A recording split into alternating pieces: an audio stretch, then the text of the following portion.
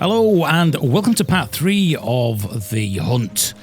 And if you remember in part 2 we managed to get our first quad bike. We went out looking here and we got ourselves down to Hope's camp looking for this Richard Hope guy whose camp had been destroyed, and at this point we don't know whether it's bears or whether it's teenagers. Well, that's where we got to last time. This time I'm going to turn off a few more of the HUD elements on screen for a little bit more immersion. And we're going to head on back into the camp now and take some photographs, it appears, from looking at our little PDA. We didn't look at it properly. We had to take some photographs of the tracks. So that's what we're going to be doing. It's just up here on the right. Welcome to part 3 and welcome to my journey.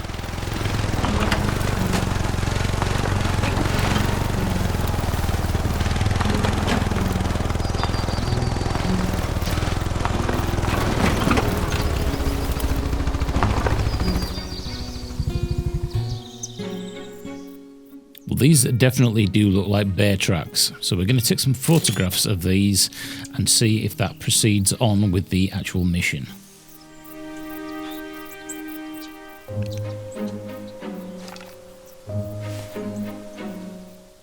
In our last part we did actually follow this all the way up to the ravine and we didn't find any tracks further up. I am wondering whether we have to take photographs of the main camp here. Maybe, just maybe, we can then move it on, because that is the location there. And they actually look like human prints rather than bear prints. So maybe he went to hunting for a black bear, who knows? All I know is, so far this game is so relaxing and chillaxing. That's even a word. Let's chillax out here in the woods. I'm actually really enjoying this.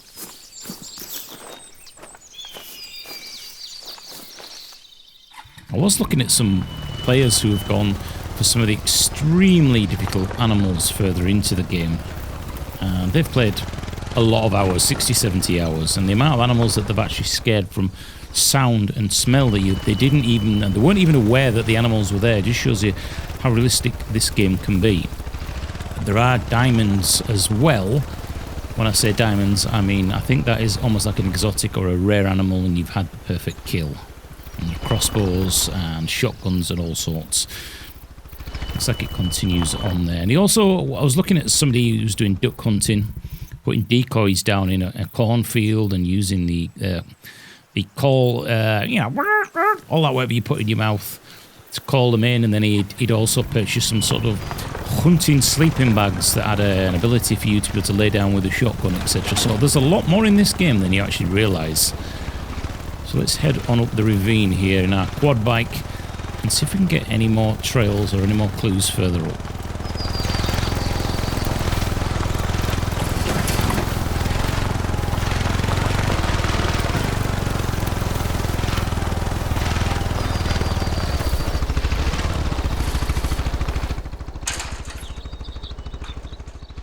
They look like bear tracks. But of course, it's not actually the bear that we're looking for. We're trying to find any identification, any tracking, any details of blood or anything for this Richard Hope guy who's gone missing out here in the wilderness on the camping trip. So that is a black bear. They're going in that direction. So the tracks that we saw for the bear at the main camp could have been purely for food. This bear may have absolutely nothing to do with Richard's location out here in the wilderness at all. Decisions a bit steep there for us to get up. Maybe we just go a little bit further into the brush here, into the forest on the left. Let's see if we can find any more tracks here. I can't explain to you how much I'm actually really enjoying this game. It's just got a completely different pace. And it's definitely got a DayZ vibe to it, to me. I hope they never, ever, ever put zombies in it or just ruin the experience by cheapening it by doing that. They probably won't. And from looking at the reviews on Steam, it seems the game has got some very positive reviews. I really can't wait to try this in co-op with a friend. But if said friend comes in, I want to treat it as realistic as possible, turning off as many of the HUD elements as we can. and try and treat it like a proper hunting simulation. Well, that's not bear droppings. That's moose droppings. I would have thought they would have been a little bit bigger, but hey-ho. It's not a moose that we're looking for, unless we go up on the trail here on foot. I'm just wondering whether this is wise to be at this stage. This weapon I've got is not really equipped for taking on black bears. And I'm not too sure whether it's wise to be going into bear country with a pea shooter. That's why I'm wondering if we go further up on the quad bike. If we get into any trouble, at least we can bail and get out of here. Permadeath in this game would be brilliant. I know at some of the depots in the log cabins and stuff you can get first aid, so you can obviously get seriously injured by some of these animals. Right, well that's not a bear. That's moose tracks, I think. Those are bear tracks. Black bear. Head in that direction. Now our scent is blowing slightly downwind, so that may scare them off eventually, and we're going to be making a huge amount of noise on this quad bike.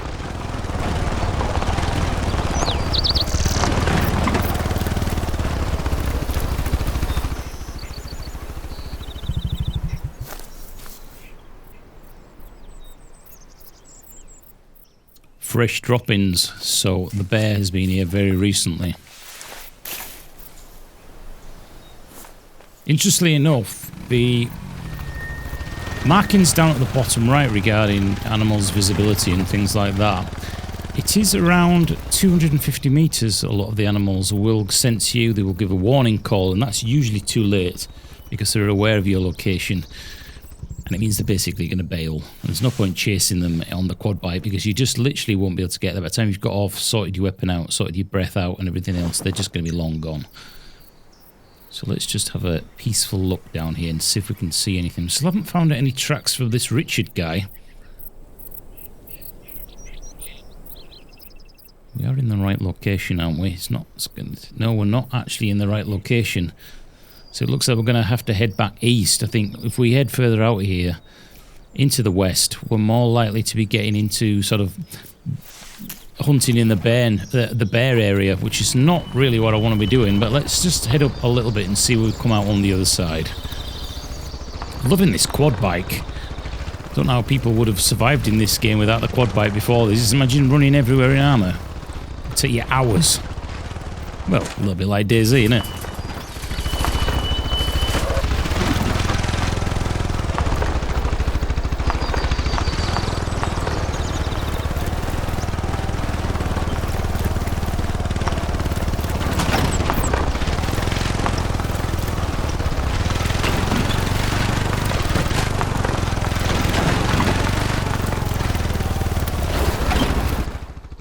Quad bikes have got some really brilliant physics. They actually handle like real quad bikes do. So here we've got a marker. What does this say?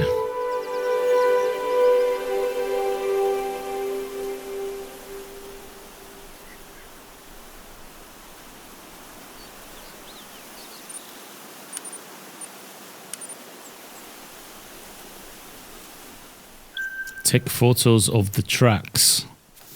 And we've also leveled up as well perk system. So I haven't actually done anything with the perks as yet. Let's just jump in here and have a look and see what options we've got available to us. Perks are structured in trees. In order to unlock a perk, you must first have unlocked a joining node. Okay, perks. Rifles, handguns, shotguns and archery. One perk available. Unlocks the ability to ready your next shot without leaving aim mode for rifles, shotguns and handguns. Holding breath. That's locked. So obviously we're not going to be able to do these. Zeroing. Unlocks the ability to switch between different zero distances. Now I've seen some of the more experienced players who said that you really want to be going for some of the scopes that allow you to be able to zero it in and get a rangefinder and also a wind meter so that shots at distance are going to be much more effective and you can aim them in properly. Okay, so we'll go for that first one. 3,500. That leaves us with 1,530 XP, level 3, and we have got some credit in the bank at the minute, even though we haven't done a huge amount. So, beautiful, the fog and the mist coming in. Maybe we'll get up into the mountains at some point. I think really we should be heading back to the Hope's camp and trying to find some more clues for this Richard location. So we want to be really heading west. Oh, there is a watchtower over to the north. I think what we'll do is we'll head up to the north, see if we can get some eyes on and see if there's any XP or anything else up there that'll unlock that will give us an advantage in order to be able to finish this mission. So let's just see if we can follow this trail all the way up to the tower. And if this takes too long, I will cut some of this out for you.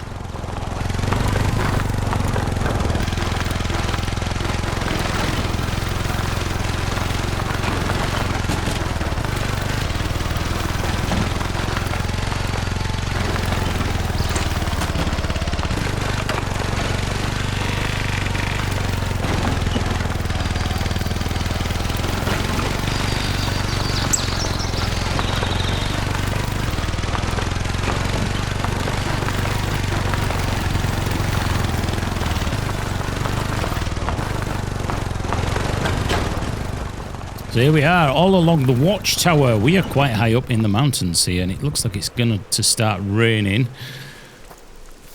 What a beautiful view.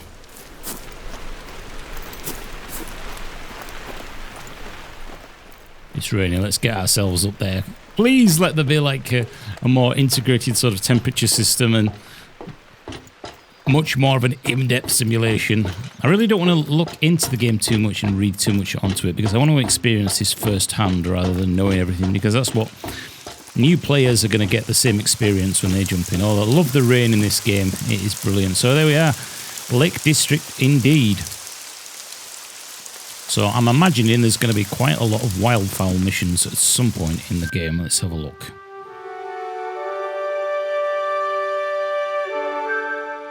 Of course, this is just one area, the lakelands of the actual map. It's massive.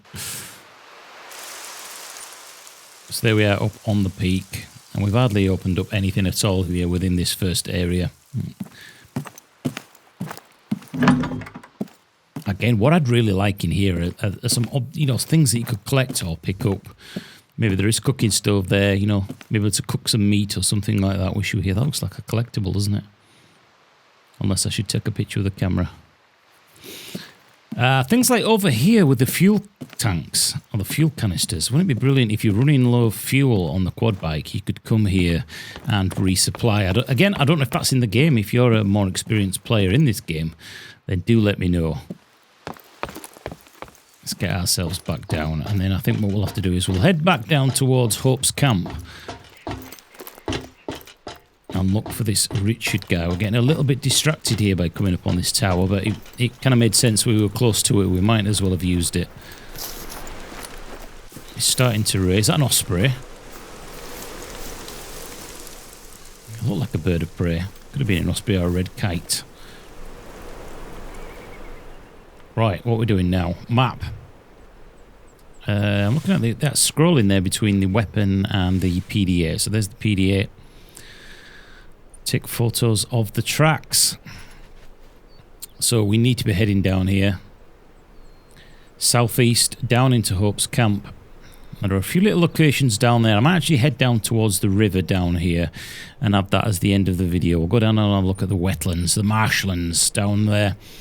And the next one, the next episode, if you're all still with me, then we shall sort out this Richard Hope guy.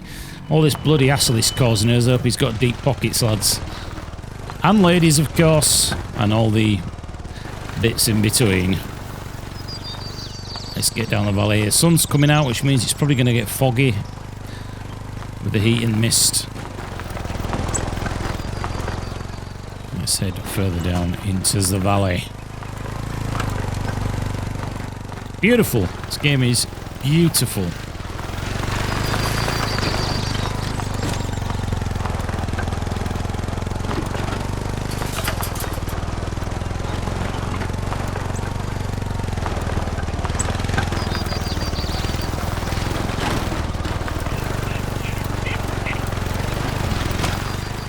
I've got the temptation to want to go straight off that ravine, straight towards the way marker.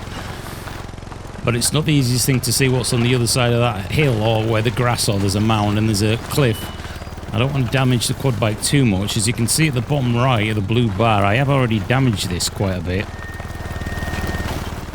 So we're actually getting lower and lower now off the mountain. Oh, imagine this. Imagine if it was 4-player co-op. That would be even better. 4 of you bombing down here. Taking an hour and a half or something to do a mission and setting it up. Would be fantastic. As you can see, the sunlight blasting through the trees there. And also we've actually got a few cabins here. I think these will be hunter cabins. I don't know whether we can go in these. Let's just get off the quad and have a quick look.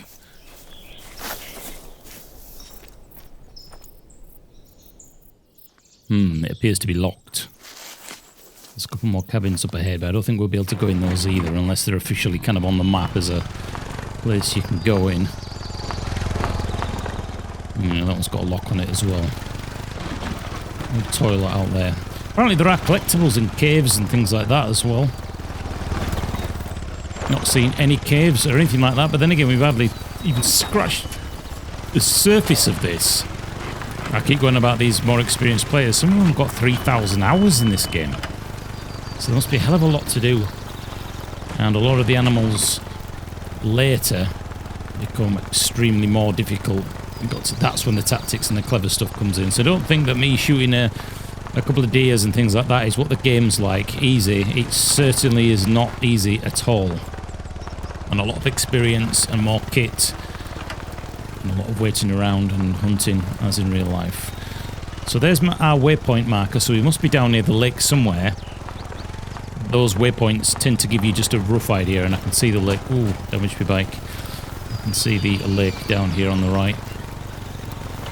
Beautiful as I cruise down here. As I mentioned in the other video, it's not a matter of just using one rifle. There are different ammo types for different animals. You don't want to destroy the pelt, or if we're in doing... Let's imagine we're doing vermin control. Let's think of it that way rather than hunting for the enjoyment of killing animals. We're a gamekeeper. Let's think of it as that way. So here we are, down near the river, or one of the lakes. And isn't this just beautiful? Beautiful. So what we'll do is we'll have that as the end of part 3. Please do let me know if you want to see some more, because I am enjoying this. And hopefully we'll get into a little bit more action or a little bit more immersion in the forthcoming episodes. Now we've got the quad bike, we can get around a little bit more. I'm Box of Demons, out in the wild. Thumbs up, subscribe. I'll see you in the next video coming real soon. Bye-bye.